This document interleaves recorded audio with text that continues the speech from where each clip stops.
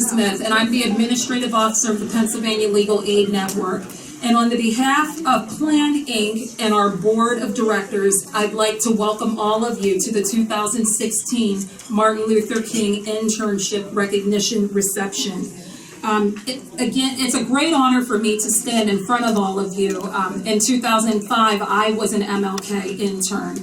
And so I truly can say from experience that I understand what all of the interns have gone through and what their futures will hold if they continue to pursue careers in public interest in legal services.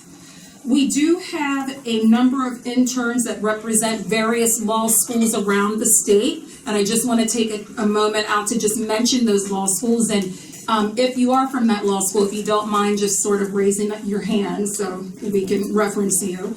And so we have Temple University, we have University of Pittsburgh Law,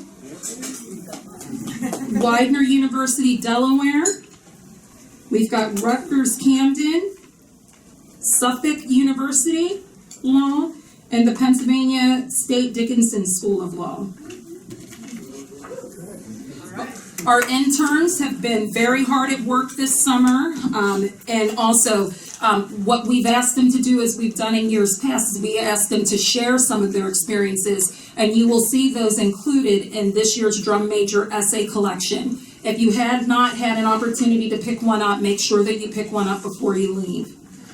As you can see from our program, there is a lot that we will be covering tonight in a very short period of time. And so without further ado, I'd like to introduce you all to the president of our board, Jim DeAngelo.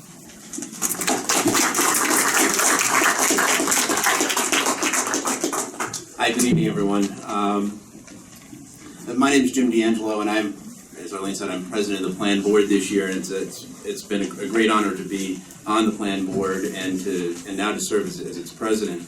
I'd like to thank everyone for coming out. I do have the honor of going through the list of some folks here who are here with us tonight, some dignitaries. But first, I'd like to start by thanking all the legal aid professionals who have come out tonight. Thank you. I'd like to thank our Plan Incorporated staff for all their efforts. And Arlene, thank you so much for everything you did getting things together.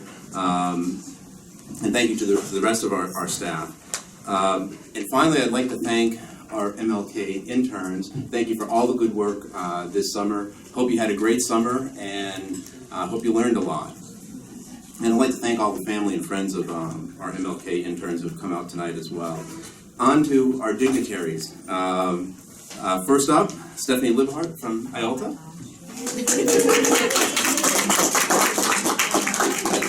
Jim Sawyer from IALTA.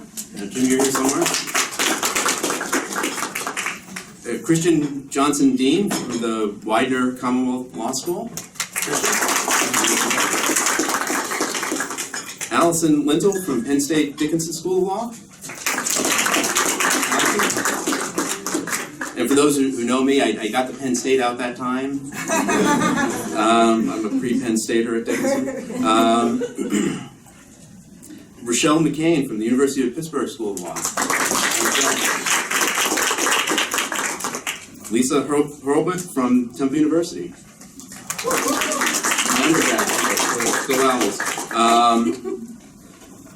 From our Plan Board, Marcia White Mathis. Marcia? Also from our Plan Board, Ron Wilson. Ron, I know you're here. Here you are. Hey, Ron. From Pennsylvania Welfare Rights Organization, Sonia Brookins.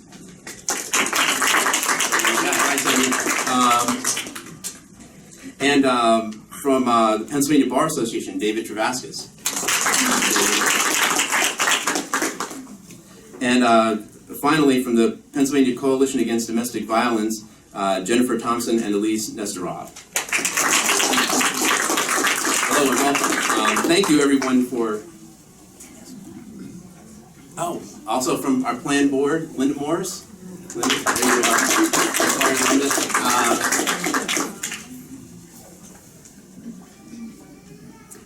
My next honor is to introduce to you our speaker for tonight. Rhodia Thomas and I have known each other for quite some time. She is Executive Director of MidPenn Legal Services, and MidPenn Legal Services is our hometown legal services program here in Harrisburg and in 18 counties in central Pennsylvania. It's my civil legal aid program that I've been around for 24 years now. And that program dates back many, many years, well over 40 years now. We had our 40th anniversary many years ago. And Rhodia is much more to MidPenn than just its executive director. She really is the founder or the creator of the modern legal aid program that we have here in our 18-county area. She's done terrific work, has brought together an 18-county program with exceptionally talented and dedicated professionals, supported by an outstanding management team. She's a true champion of our client population, and that's what we're all about, our clients, and taking care of them. Trained at Syracuse University and the Widener University School of Law, she used her skills as an advocate in the Harrisburg Service Office for many years with MidPenn and with its predecessor program. She left us for a while to go over to Plan, but we got her back. Eventually she became our executive director at a time when we had just come through the mergers, which for those who've been around legal aid for a while, remember those days, and they were tough days. And she turned our program around, gained momentum, and gained the admiration of our staff, our managers, and all of our board of directors. She serves as president of the Pennsylvania Project Directors Association and nationally as a board member and treasurer of the National Legal Aid and Defenders Association. She's received a number of awards. There are many listed in the program for tonight, but I'll mention a few. She's received an Excellence Award from our organization, from the Pennsylvania Legal Aid Network. She's received the Women of Excellence Award from the YWCA, and she just recently received the Frank Grady Outstanding Professional Award from the United Way of the Capital Region. All well-deserved recognition. She's a nationally recognized leader in civil legal aid, and we are thrilled to have her as leader of our program here. Rhodia.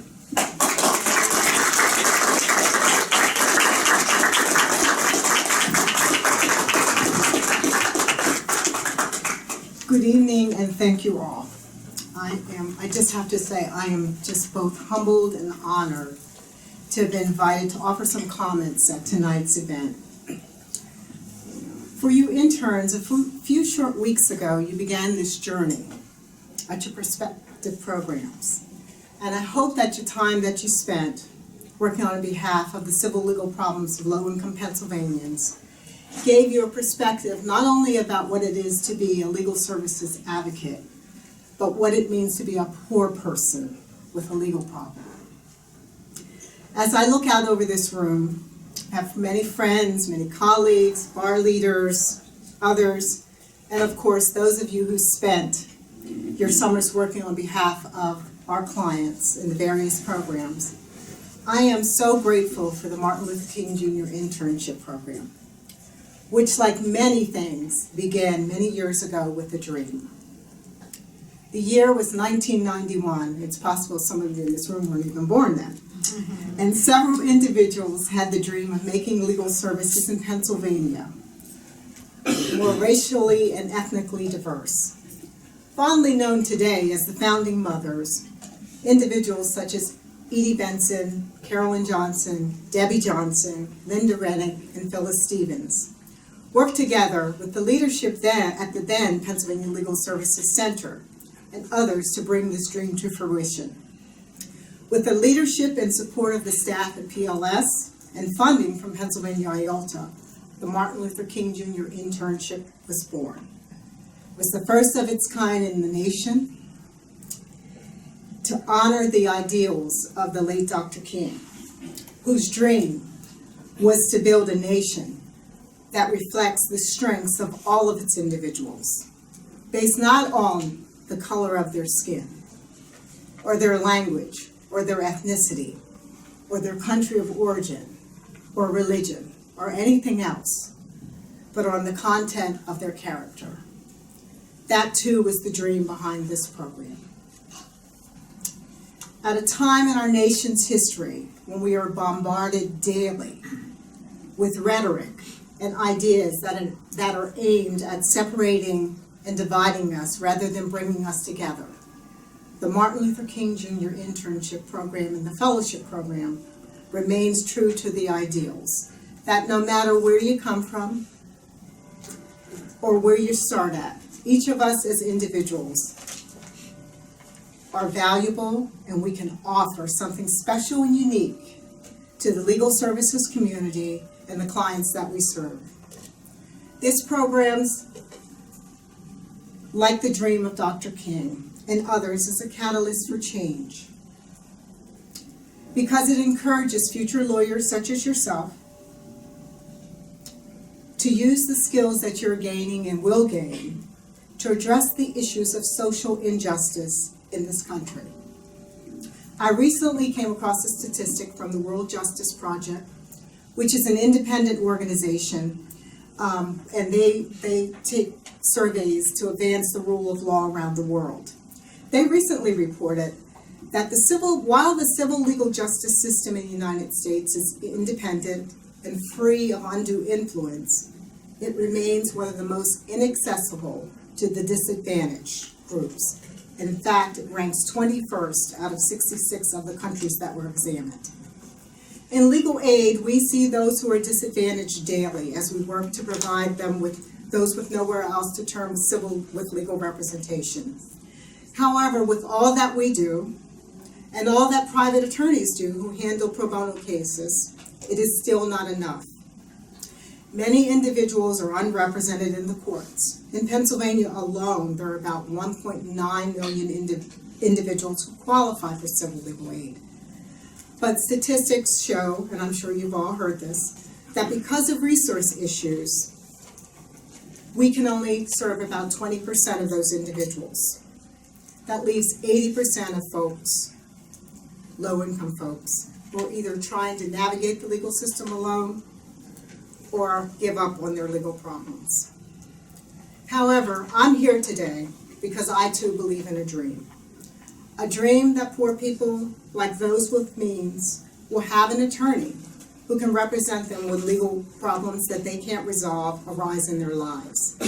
Because as we all know, and I'm sure you students found out through your internships, without legal assistance, many problems that could be resolved with the lawyer, when they're not resolved, they can and do escalate. A family with a custody matter that could have been resolved had they had legal services may end in violence. Families facing foreclosure or illegal evictions may lose their housing, forcing them to rely on the assistance of shelters, which is much more costly. An individual denied unemployment compensation or health care will not have money to buy food, maintain their housing, or pay for needed medical supplies. And what about the individual who can't be hired because of a decades-old criminal record? All of these situations have dire consequences for our clients and the individuals and families we serve. And these are the very issues that we address every day in an attempt to alleviate the effects of poverty on our clients. It is important work that we do. And if not us, then who? And as I conclude, because I was told to be brief, let me state that I am not some important individual. I am merely an individual who chose a career path of serving some of the most vulnerable citizens. Without a doubt, this path has afforded me some of the greatest joys in my life. I've seen families smiling when their homes have been saved, or when they have been granted benefits, or have been kept safe. It has been a joy to provide a listening ear, understanding, and hope, while using my skills as a lawyer to represent them. While I wish I could say that I have won every case, saved every home, or never lost a client to the death because of domestic violence, I can't. But at the end of the day, I can offer you the words of encouragement from the late Nelson Mandela, someone who we all knew struggled mightily in his own country to overthrow an unjust system unjust system. Mr. Mandela wrote, "Overcoming poverty is not a task of charity. It is an act of justice." Like slavery and apartheid, poverty is not natural. It is man-made, and it can be overcome and eradicated by the actions of human beings. Sometimes it falls on a generation to be great. You can be that generation. Let your greatness blossom. Thank you again for this opportunity. I'm deeply grateful for your service this summer, and I wish you all the best as you finish your law school career and begin your legal careers. Thank you very much.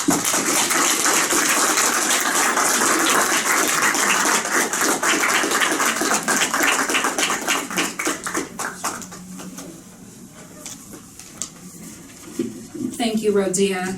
At this point in time, we're going to go ahead and present our certificates of recognition to all of our interns. What I would ask that you do when I call your name, if you could come up on my right for your photo to be taken, and if everyone could hold their applause until the end.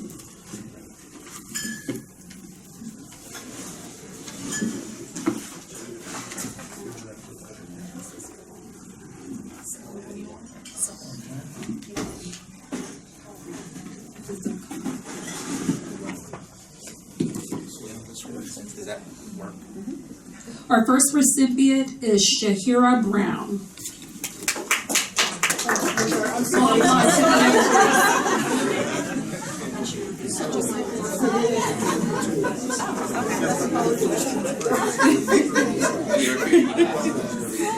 How'd we do? Good. Do you want them to get in a little bit closer to her? It's fine. I can take another one. Okay.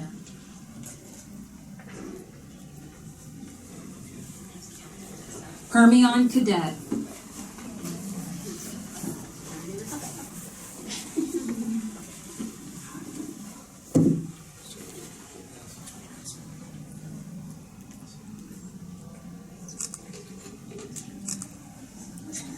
Peter Clausen.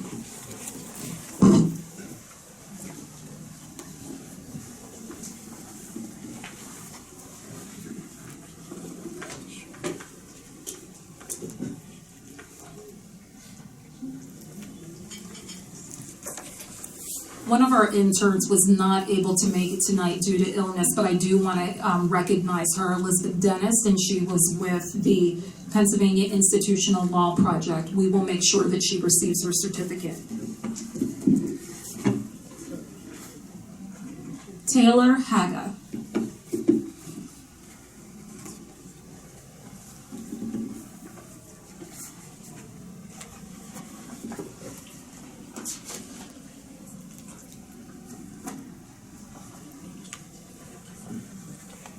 Rondell Jordan.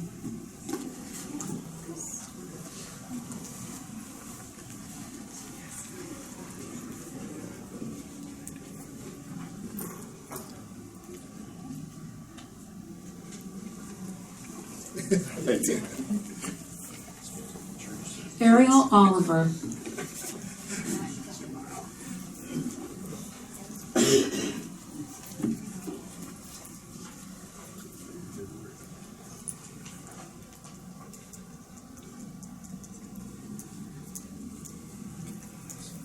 Zoe Reyes.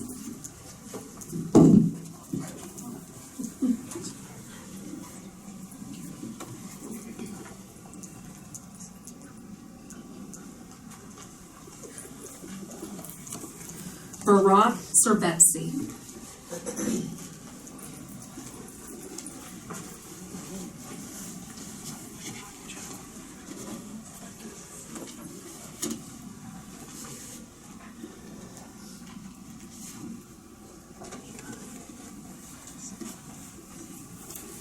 Liam Thomas.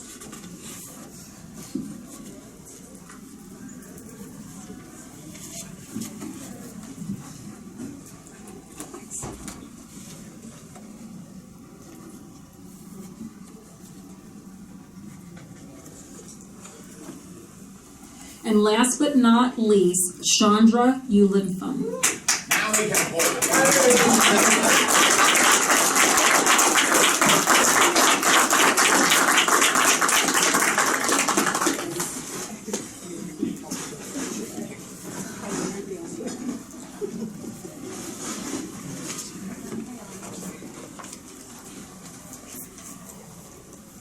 At this point in time, I'd like to introduce to you our Executive Director, Sam Milkus. And Sam will be giving some feedback on themes and observations that were made in our 2016 Drum Major Essay Collection.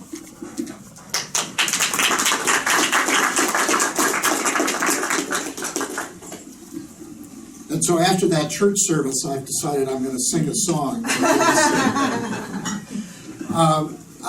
I might be wrong on this, but I'm not sure we recognized, and I might have done this now just after we walked out of the room, but David Travascus has been with us, the pro bono coordinator of the Pennsylvania Bar Association, and Liz Simcox, the executive director of the Dauphin County Bar Association. We appreciate their joining us too. And I just want to say that when Rhodia was with Plan, she ran this program, and in fact designed the transition from our being solely an internship program to also having the fellowship component. So it was an important transitional time. I traditionally at this event do some remarks about some of the themes in the student essay. So I'm going to do that. Unfortunately, it would just be too long for me to try to highlight every single one of the essays, but I commend all of them to you. It's great reading. It's a neat way to find out what's in the minds of people who were doing this work. But I thank all of you for coming. I want to thank especially Arlene for putting together this class, putting together the assignments of the programs and the opening training, the closing training, this event. Thank you, Arlene, for all you have done.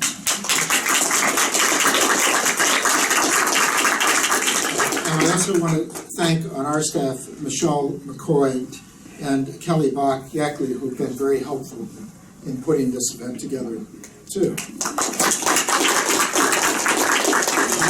She could not be here tonight because she's studying for the bar exam, but Rhodia has just accepted a staff attorney position with MidPenn, a former MLK intern. So life moves on, and we're very excited. We currently have MLK openings at, this is the commercial part of the event, Northwestern Legal Services in Erie and at Friends of Farm Workers for the fall of 2016. So Arlene will be coordinating those efforts. There's one quote I'd like to share because a number of the essays had this quote, and I think it is an important one to remember from Martin Luther King. Yes, if you want to say that I've been a drum major, say that I was a drum major for justice. Say I was a drum major for peace. I won't have any money to leave behind. I won't have the fine and luxurious things of life to leave behind, but I just want to leave a committed life behind. There were some very personal and compelling stories told in the Drum Major, and the first one I'm going to reference is one from Ariel Oliver, who was at Neighborhood Legal Services. We cannot harness the drum major instinct for the betterment of our clients unless each is heard, their concerns addressed, and their goals acknowledged. Otherwise, we fall prey to our own selfish desires to win. My experience at NLSA got me out of textbooks and surrounded by people whose basic necessities have been put at risk. No selfish desire for attention can compare to safeguarding a client's home. And there were compelling client stories. Liam Thomas, who was at North Penn Legal Services, and we have the other person referenced in this story here with us this evening. Perhaps the most rewarding episode began when I sat in on a client interview with my supervising attorney, Joe DeChristopher, late on a Wednesday afternoon. The client was a single mother of two who was facing possible eviction from subsidized housing. The client appeared to have little legal recourse. She had materially breached a provision of her lease making eviction seemingly inevitable. That evening, however, Joe remembered a case that might give our client relief. The next morning, Joe told me about the case and asked me to write a memo on it. That day, I wrote a 5-page legal memo on how the case helped our client, a task that likely would have taken me weeks when I had started law school. The next morning, Friday, Joe went to an informal hearing with the local housing authority over our client's eviction. After Joe mentioned the research I had done and how good our client's case was, the housing authority agreed to drop the eviction proceedings.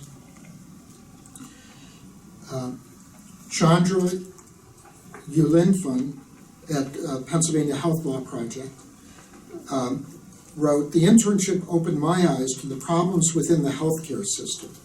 Being able to work with the clients to overturn medical eligibility denials has cemented my passion in public interest work because I know that I can fight on behalf of the client by helping them with an appeal.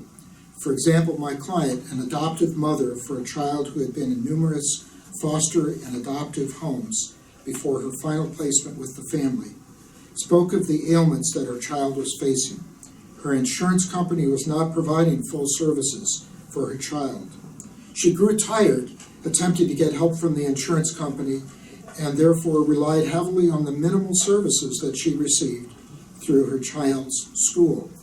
Ultimately, I was able to present information about families just like this one to the insurance company, who then took action to supply these families with the appropriate behavioral health services." She goes on, "My greatest takeaway from my summer as an MLK intern was that the people who would call into the helpline are far from the portrayal painted of them in the media.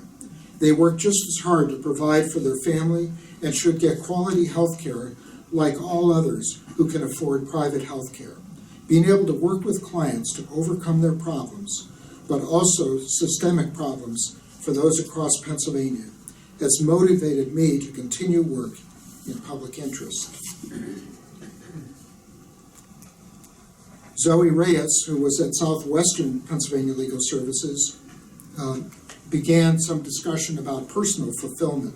My experience throughout the summer really solidified my position, my passion, in helping those who really do not have the means of being able to help themselves. For most of my clients, simply having someone advocate on their behalf was a win for them.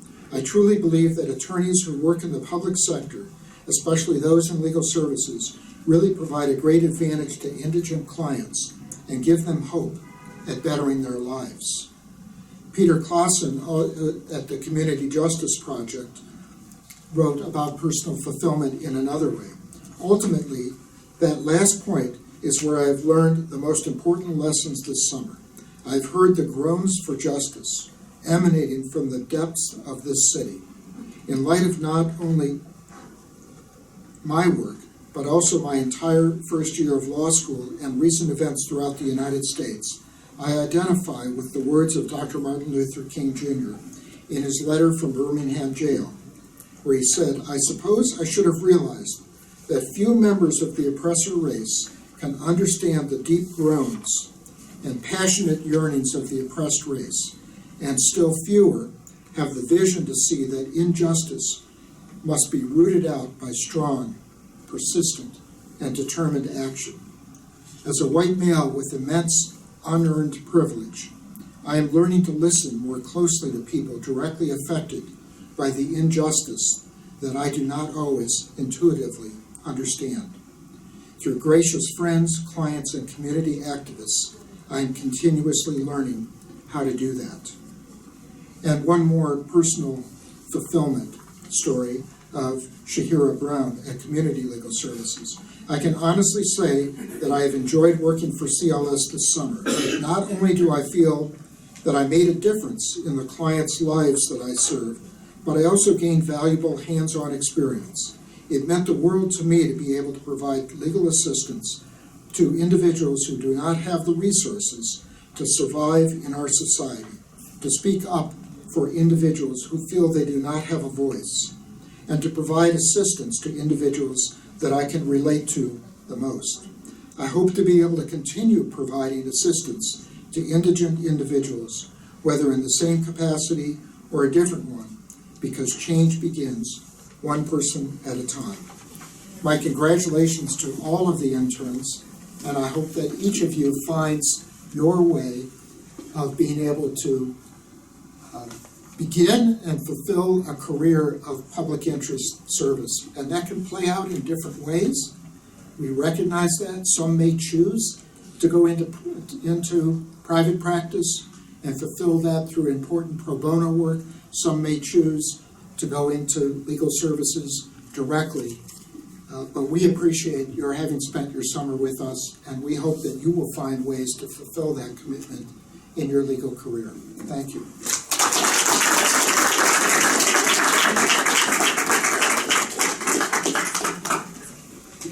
So each year, we ask an MLK intern to speak on behalf of their class to share the sentiments of their experience, as well as the influence of Martin Luther King Jr.'s drum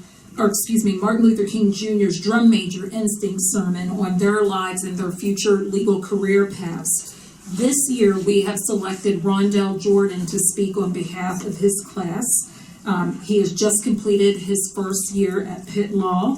And as you'll see from this young man, he has a bright future ahead of him, as all of our interns do. Rondell?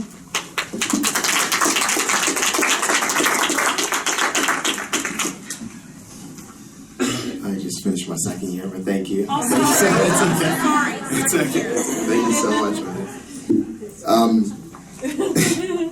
First, I would like to thank the Pennsylvania Legal Aid Network for allowing me the opportunity to speak today on behalf of my fellowship class. This evening, I'd like to talk a bit about silence. In particular, I'd like to speak about the injustice of silence. A few weekends ago, I took a trip with a friend to Niagara Falls. While I was there, I decided to take a brief boat tour to view the falls up close. While on the boat, I noticed a family of 6 or so who appeared to me to be of Middle Eastern descent. Almost as soon as I saw them, I was overcome with unease. For the rest of the tour, I found my attention floating between the beauty of the falls and what I perceived as ugliness in this family. I did not make an obscene gesture towards the family, nor did I say or do anything outwardly offensive towards them. On the contrary, I remained silent. Feeling relieved as the tour concluded and I stepped safely back onto the dock, I paused for a moment and I thought to myself, why did I feel that way about this family? I knew nothing about them at all. I didn't even know for sure that they were Middle Eastern, and I certainly didn't have any reason to believe that they meant to do me harm. As the answer to my question became apparent, I felt ashamed. I felt uncomfortable because I had made assumptions about them based on their appearance. Assumptions that I had developed over years to make myself feel safe. Assumptions that I used to put an entire family into a box of who I thought they were. I was embarrassed because just prior to that weekend, I had publicly expressed my frustration when police officers had done the same thing that I had done. I was outraged when the assumptions of a few officers led to the death of 2 black men. Now, my assumption that they didn't lead to anyone dying in Canada, however, they did cause harm. I had quietly discriminated against that family, and the ugliness that I thought I saw in them was actually my own ugliness being reflected at me through them. The ugliness of my implicit biases, the ugliness of my silent assumptions. You know, we try to ignore these biases because they remind us of an unflattering aspect of ourselves. We ignore them and then pretend that they could not possibly affect our decision making. We are wrong. I was wrong. Whenever we make assumptions about an entire group of people, we steal from them one of their most valuable assets, their individuality. We rob them of their humanity. Sometimes this theft can lead to uneasy looks on a boat in Canada. Sometimes it can lead to the shooting deaths of a man in Baton Rouge or Minnesota. And sometimes it can lead to the shooting deaths of police officers in Dallas or Baton Rouge. Challenging our implicit biases is really hard work. But Shahira, Hermione, Peter, Liz, Taylor, Ariel, Zoe, Chandra, and Barack, and myself have begun to do the hard work. We have all committed ourselves to working closely with people who are too often grouped and labeled, people who regularly have their individuality stolen from them. If Dr. King was a drum major for justice, then we are all the rest of the band. As lawyers, as law students, as people, we must acknowledge these silent injustices and drown them out with empathy and understanding. We have to do the hard work and view people as who they are and not who we assume them to be. Thank you.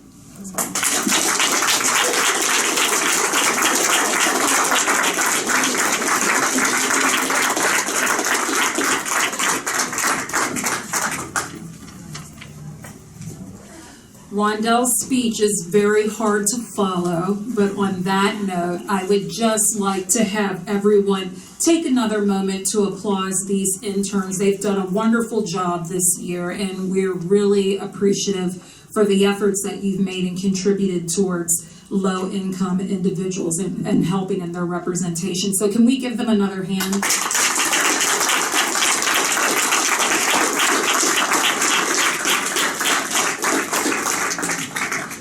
This marks the conclusion of this portion of the program, and so with that being said, please feel free to continue to mingle around the room and eat and drink and be merry. Thank you for joining us.